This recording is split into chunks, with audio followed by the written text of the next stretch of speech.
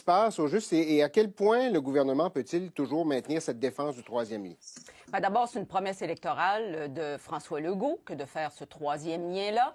Le gouvernement y croit et le gouvernement va aller de l'avant avec ce projet-là qui, là, il faut le dire, passablement remanié.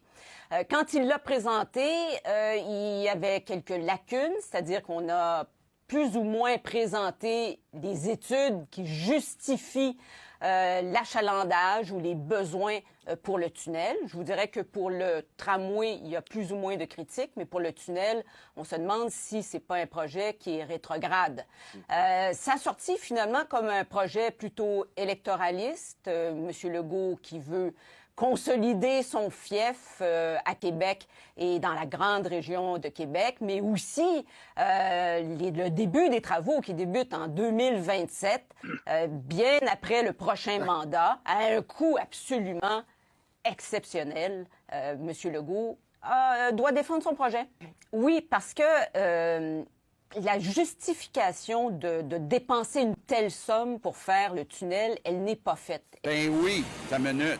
Je peux vous dire une chose. On va le réaliser, le tunnel Québec-Lévis. Il nous faut un troisième lien, un lien de remplacement. Quiconque vit à Québec sait que ça prend un troisième lien. Il y a des enjeux sérieux avec les deux ponts. Les deux ponts sont dans ma circonscription. L'entrée du troisième lien, ça va être dans la circonscription de Bernard. Et quiconque vit ici sait que ça prend un troisième lien. Mais je suis consciente qu'il y a des questions qui sont sans réponse. Ça, j'en suis très consciente. J'en ai discuté avec M. Legault. On est conscient de ça. Il y a un bureau de projet qui est en place. On va répondre aux questions. Je suis confiante que rapidement, dans le début du prochain mandat, on va être capable de répondre à ces questions-là. Donc maintenant, il faut faire des études pour démontrer l'importance. Non, les études sont déjà en cours. Elles sont déjà en cours. Il y a même des travaux de forage qui débutent. Alors, on va être capable d'avoir... Je pense sur la nécessité quand même, sur l'achalandage. Tout ça fait partie des travaux qui seront rendus publics, mais il y a une nécessité d'un lien de remplacement. Là. Je veux dire, le pont de Québec, c'est pas réglé. Puis, c'est un joyau quand même. Là. Le pont de Québec, c'est le plus long pont cantilever, c'est-à-dire à suspension en porte-à-faux au monde.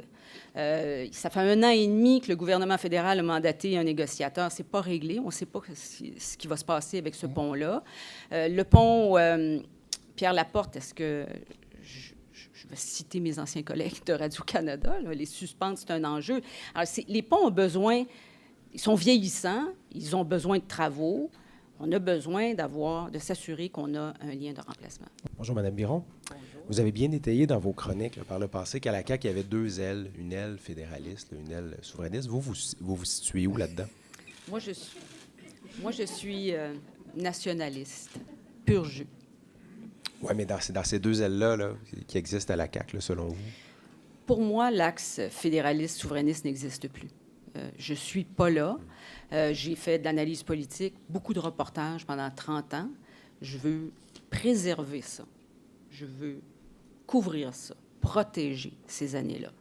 Maintenant, je me mouille. Maintenant, je vous dis que je suis nationaliste.